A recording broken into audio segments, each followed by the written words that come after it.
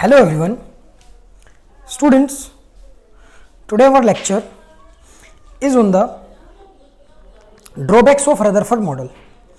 Rutherford sir ने जैसे ही model दिया उस मॉडल में कुछ कमियां आने लग गई जिनको हम बोलते हैं ड्रॉबैक्स ऑफ दिस मॉडल।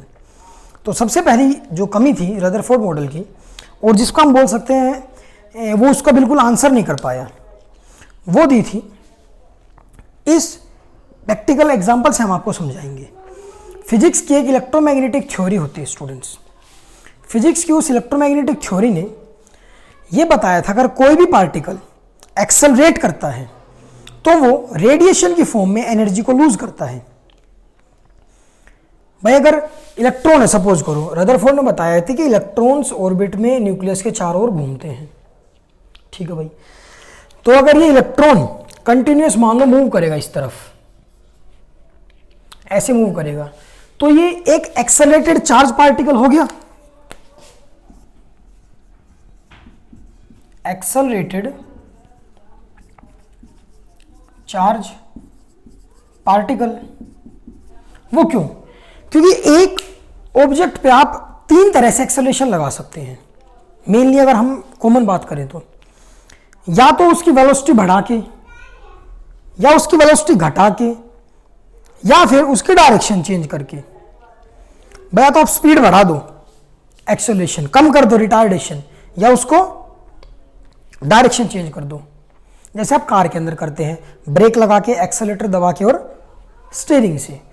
ऐसे इलेक्ट्रॉन अगर यहां पर कंटिन्यूस मूव कर रहा है तो मीन्स ये एक्सेलरेशन में है। और अगर कोई भी पार्टिकल एक्सेलरेशन में है according to electromagnetic wave theory, वो अपनी एनर्जी को लूज करेगा in the form of radiation. इस तरफ लिखते हैं। First, the charge particle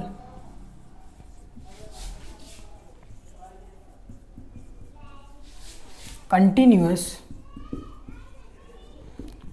lose the energy in form of radiation।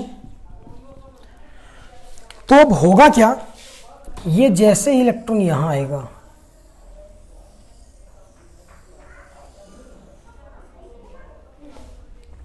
ये इलेक्ट्रॉन स्पाइरल बना के इसके अंदर फॉल हो जाएगा। और इसको टाइम कितना लगेगा? Electron takes 10⁻⁸ second to fall in the nucleus. बहु इतना 1 सेकेंड टिक हो गया। इससे भी कम टाइम में, कितना, 10-8 गुना कम टाइम में वो इसके अंदर, न्यूक्लियस के अंदर गिर जाएगा। तो पहला इसका पॉइंट यही था जो इसकी पहली ड्रॉबैक थी। It could not define the stability of the atom. भाई इसके अंदर घूमता हुआ गिर जाएगा तो स्टेबिलिटी को नहीं बता पाया। दूसरा,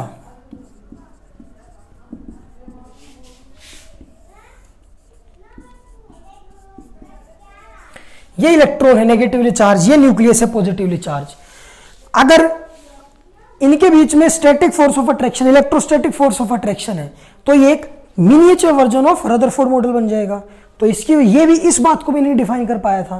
फोर्थ, उसने it could not define